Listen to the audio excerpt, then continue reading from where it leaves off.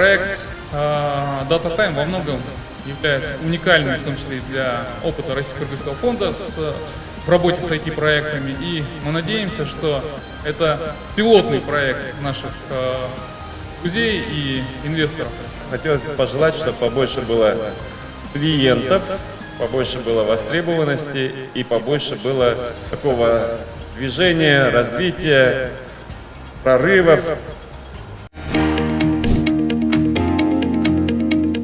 Российско-Кыргызский фонд развития со своей стороны одобрил финансирование в размере $1 миллиона на реализацию этого проекта, а также оказывал административную поддержку в ходе согласования и продвижения проектов. На текущий момент центр уже полностью готов к размещению информации.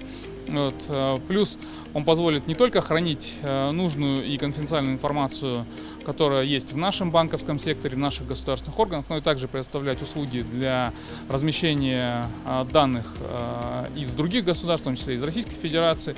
На текущий момент этот рынок оценивается в объеме более $400 миллионов США, и в этом плане развитие IT-инфраструктуры Кыргызской Республики тоже выходит на новый современный уровень, и мы надеемся, что в ближайшие 4-5 лет Кыргызстан сможет на 100% обеспечивать потребность в хранении данных за счет собственных мощностей, находящихся на территории Кыргызской Республики, обеспечивать гарантированную защиту и безопасность специфической и важной информации, в том числе данных нашего населения, на своей территории, чтобы избежать любой утечки этой информации. IT-инфраструктура является одним из стратегических направлений деятельности Российско-Кыргызского фонда развития в рамках новой принятой стратегии до 2027 года. И также способствует реализации программы Кабинета министров и указа президента о цифровой трансформации страны, развивать современные IT-сервисы, в том числе государственные цифровые услуги,